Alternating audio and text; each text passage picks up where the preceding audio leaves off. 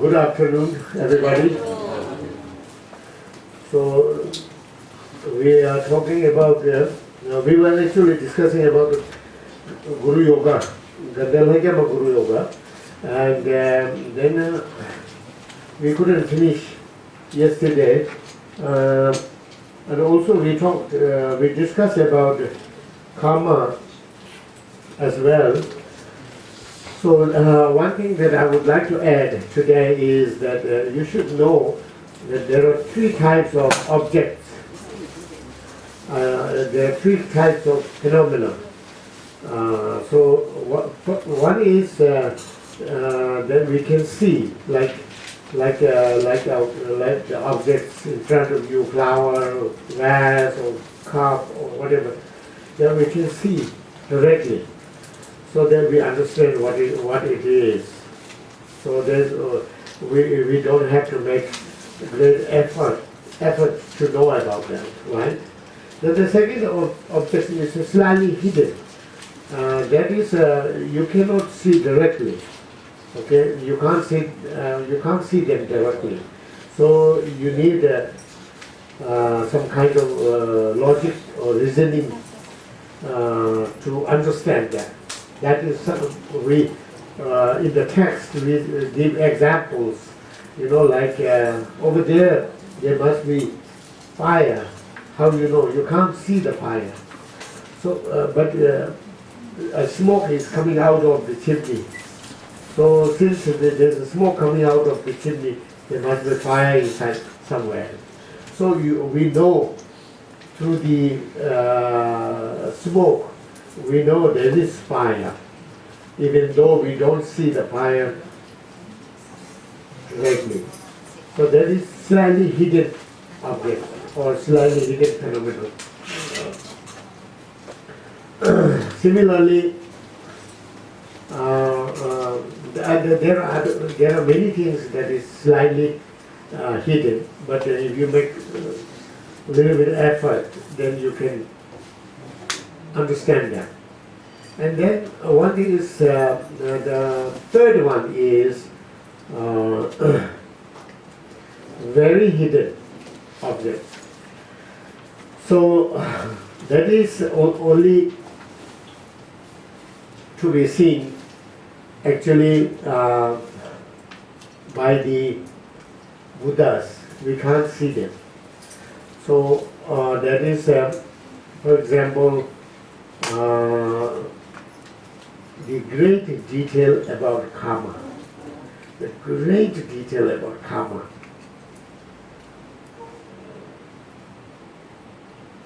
So when Buddha's time, there was when Buddha was giving a teaching, and then when Buddha gave teachings, the spirits also come to listen to him. So there's one, I think one Naga also came to listen to his teaching. in the form of beautiful lady or something like that, because the Nagas, they can take different forms. And then after some time, so Buddha asked this Naga, to show your real form. So then he or she, Naga, then he came into he or she, her real form, and there was a huge snake. So Nagas are snakes, huge snake with 18 different heads, 18 different heads. So there's a monkey head, there's a doggy head, there's a piggy head, so many, 18 different. And then you can, if you want to know, there's one sutra that tells you all these details. So I told you I'm not good at telling stories, because my memory is not that good, and also I don't read much, So my friends, they know I don't. I'm a bad reader. But the details are there. 18 different heads, and then the disciples, the gathering over there, they asked the Buddha, what is the cause of this ugly form? Then Buddha said, in many thousands or hundreds of thousands of years ago, when this past Buddha's time, there was a monk, and there was a monk, and then in the monastery, and somehow he got angry, and then he nicknamed all the administrative monks. Oh, you are very bad, you look like monkey, you look like doggy, you look like piggy, and so forth. So he gave 18 different names. So then, now after that he born in this animal realm, and then with these 18 different heads. And that is the cause, so that is the common cause for this, having these 18 different heads. So Buddha told that. So this is actually the cause and the result. Sometimes maybe you can see in this case, all the assembly, they saw this result, but the cause we can't see. The cause is a very hidden object. So so in Dhammakirti's teaching, Acharya Dhammakirti's teaching, how you prove Buddha is a perfect being. So, and how you can prove Buddha is an omniscient. So it is very difficult to prove. It is not that easy to prove, because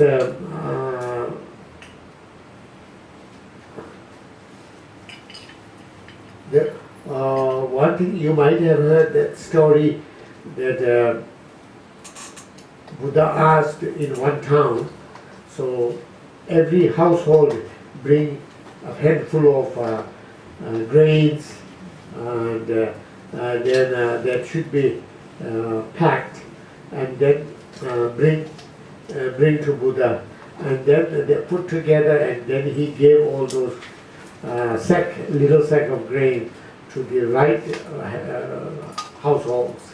This belongs to you, and they pick up, that belongs to you, and he did it without any mistake. So that is also a kind of proof of omniscience. But still, I don't know exactly whether you can prove he is omniscient or not. So, but because the meditators who have clairvoyance, they can do this. This is not a big deal actually. The clairvoyance, as far as clairvoyance is concerned, we don't need Dhamma, Buddha Dhamma. Even in Hindu Dhamma, you can even in Hindu religion, you can attain kind of clairvoyance through shamatha and vipassana. So, so that is, but it can prove that you have clairvoyance because you see all without any mistake. You can see all everything without any mistake.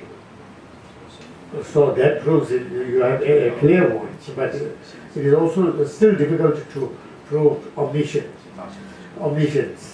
So, so the Dhammakiti, the Acharya Dhammakiti says, Buddha is correct in the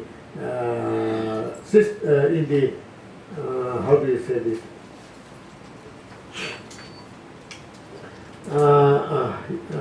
In the teaching of Four Noble Truths. When he gave the teaching of Four Noble Truths, there is no mistake. We can understand that Four Noble Truths is right if we study well, if we try to understand, there is no mistake. So, Four Noble Truth, teaching of Four Noble Truth is, we can find it is true. And then the ultimate reality, that also can be proved, it is true. And nowadays it is even easier because of the science.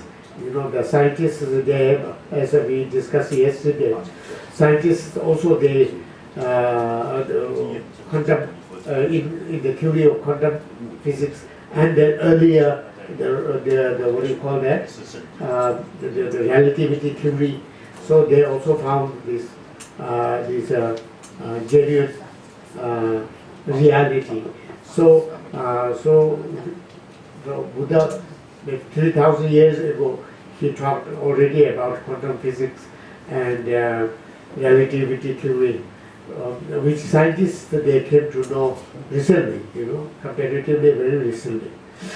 So through these, then we can prove that Buddha is omniscient, and then we can also produce great faith in Buddha's teaching because he tells the truth. So that is very hidden objects. So very hidden objects that can only be seen by Buddhas.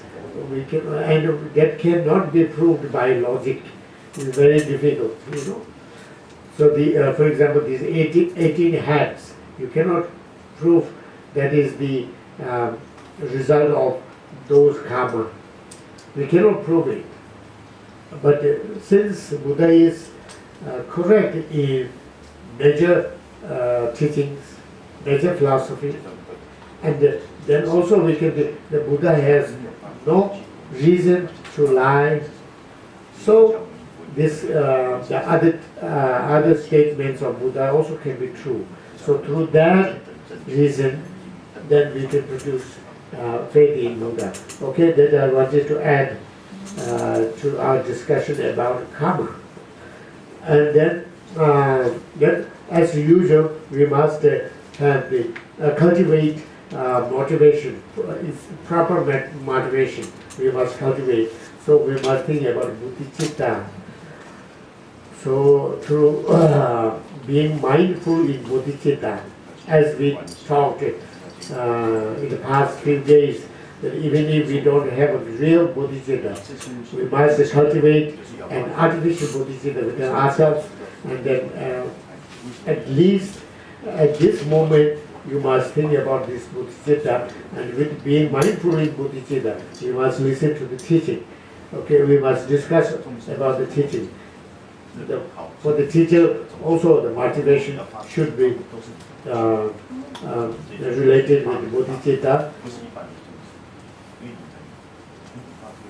And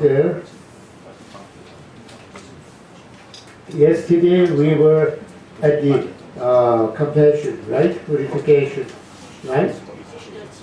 Huh? Yes, 13. Yeah.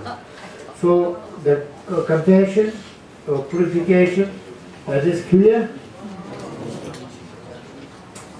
So one thing is that when we do the purification, we talk about relying upon taking requisite rituals and generating bodhichitta through things. Why we have to do it? Because we commit bad karma. We commit bad karma either with the Buddha Dhamma Sangha or with sentient beings or with other beings. So like we criticize Buddha Dhamma Sangha, or we have wrong view about Buddha Dhamma Sangha. So through that way we create bad karma within ourselves, right?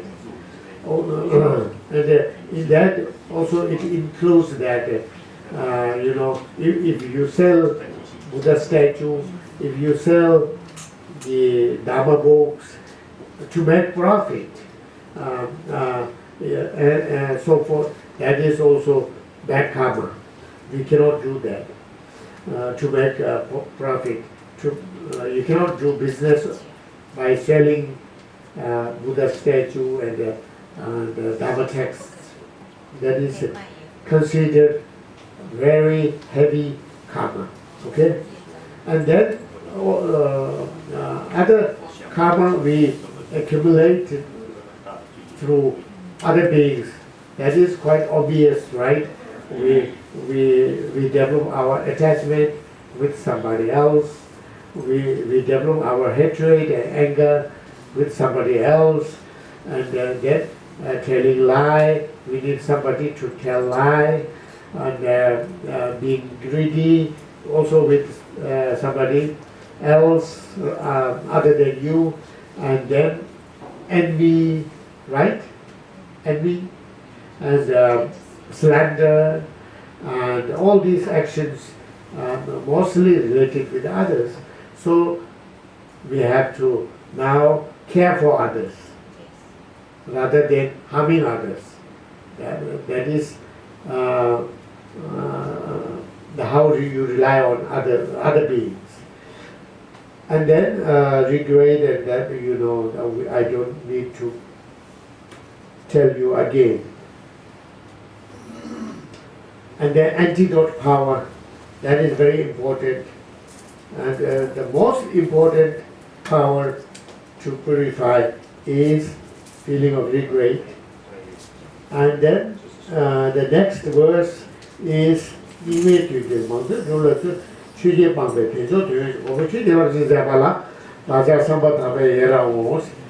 13, right? Page number 13. In this degenerate time, you work for broad learning and accomplishment, abandoning the 8 worldly concerns to realize the great value of leisure and opportunity. Sincerely,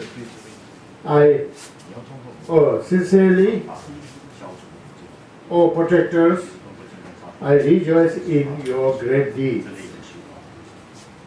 Okay. So now rejoicing in the deeds of other people, like good deeds done by other people. And here we are rejoicing in the activities that was performed by Hundred Tsongkhapa during his life in Tibet, right? So, in other texts, Hundred Tsongkhapa said that if you want to accumulate huge amount of merit without great effort, then practice of rejoicing. That is the one you can do. So, because practice of rejoice you can do while you are lying down, while you are walking, while you are eating. So anytime you can do, and it is very convenient. And so when how to do rejoice? When you rejoice in the things that you have done in the morning, or this morning I visited that temple, I recited this mantra, I meditate on this subject. Oh, that's very good, I made a good karma. Feel good about what you have done. That is rejoicing. Okay? So, for example, if you offer, this is an example. For example, if you offer an, what do you call that? Light, butter lamp, or a candle to the altar. Oh, this morning I could make an offering of butter lamp to Buddha. That was a good action. So you feel joy. So that is rejoicing. So when you offered that butter lamp, that time you collect a merit, right? And then afterwards, when you rejoice after that, you again collect merit, same amount that you did in the morning, same amount, without doing anything. You can produce merit, same amount. And now, if you are rejoicing in the actions done by other people who are equal to you, then when you rejoice in their action, good actions, you will get the same amount of that person's action. So maybe a person gave a lot of money to beggars or poor people, help poor people, and you have nothing to pay. You have no money, but you rejoice, you will get the same amount of merit. Isn't that wonderful? Yeah. Even if you have no money, still you can practice generosity and get the same amount of merit. So if the person who is doing the good actions, if he is higher than you, like the Buddhas or the Aryas or your gurus, great learned ones, then you won't get the same amount of merit by rejoicing in their actions. But certain amount of merit still you get by rejoicing in them, their actions. So because you cannot compare with them, but still you accumulate huge amount of merit. So the rejoicing is very important, but it may not be that easy, because we have the tendency that if somebody does a good job, then we have the tendency to think that this man is showing off. We are jealous, we don't, maybe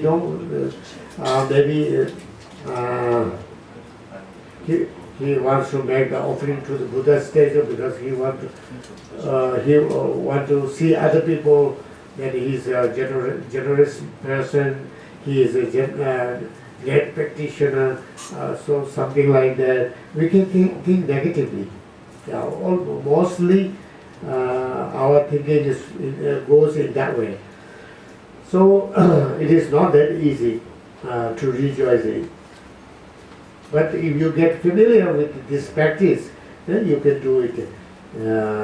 After some time, you can do it effortlessly, So that Tsongkhapa, even in that time, it was already degenerate time was already started. Actually, when Buddha Shakyamuni came in this world, the degenerate time has already started. Because you might have heard about this story. The Buddha Shakyamuni, when he made the promise to come to this world, manifest in the form of Nirmanakaya, Supreme Nirvana. There are 3 Nirmanakayas, right? You know that? 3 kinds of Nirmanakayas. That is Nirmanakaya, you know what is Nirmanakaya? The manifestation of Buddha's form. That is Nirmanakaya. There must be Nirmanakaya Buddha everywhere, we don't know, in the form of dog, in the form of flies, in the form of ordinary human beings, in the form of, even in the form of trees and so forth, to help others, to help sentient beings, right? So there are two. Now, Supreme Nirmanakaya, what we call it, the Supreme Nirmanakaya is Buddha Shakyamuni's form. That is called Supreme Nirmanakaya. So Buddha Shakya, there were so many Buddhas as Bodhisattvas. Actually, Bodhisattvas, when I become Buddha, then I will go to the world to help sentient beings. I will manifest in supreme human form. So no other Bodhisattvas, they made the promise that so the Buddha Shakyamuni was the one who made the promise that who expressed the desire that I want to appear as a Supreme Nirmanakaya during degenerate time. You know. So he was very kind for us. If he didn't do that, we may not have the fortune to meet with his teachings. Right? Even, you know, the future Buddha, he will come in this world, but he won't come in degenerate time. He will come in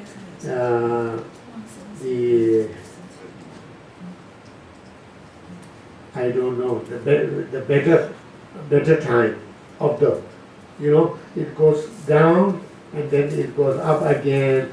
That is the nature, right? So when it goes up, it has to go down. When it came down, it has to go up. You cannot hang in between, you know, this circle. So economy, I heard that like British was on top, so it has to come down now. Now they are down, right? Then Japan went up, reached the top, and after that, there's no way to go up.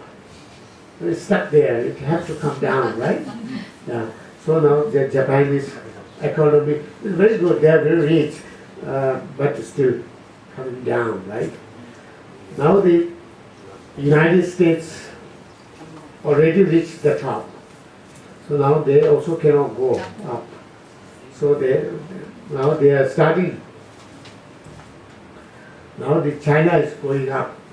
Yeah, China hasn't reached to the top. So China will still go up, right? So after some time, China also has to come down. That's how it works, you know. So similarly, this time, degenerate time, and then what do you call it? I don't know. The up time. You have any idea? What do you call in Dharma term? Excuse me. Dharma term, what do you call? Nobody knows? Huh? Anybody has any idea? Golden age. Complete age, perfect age, golden age. So it is the translation in this dictionary. So it is age of perfection, golden age. Golden age sounds good. Yeah?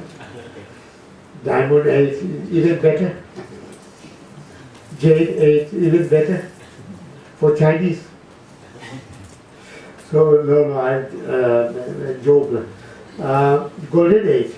The top age, golden age, that you know, that time you don't have to eat food and everything, and then after some time you have to eat, but you don't have to work. If you want to eat, the food is already there.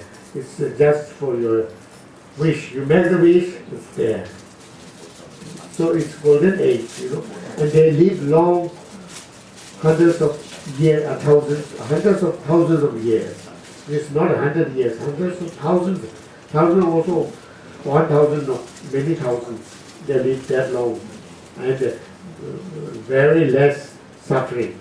So they start to degenerate, and now we are in the, almost at the bottom. We are reaching to the bottom.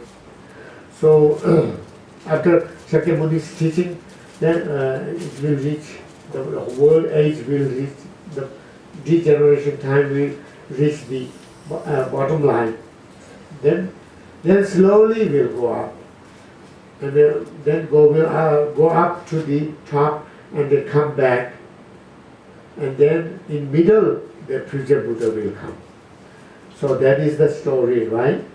So in this degenerate time, Tsongkhapa, what he did, he first studied very hard, and then understand all the meanings of the teachings of Buddha Dhamma, realization, and then he went into retreat and practice, and then he got the realizations, and then eight worldly concerns. So he abandoned all eight worldly concerns. What are they? That is very simple. If we are happy, everything is going well,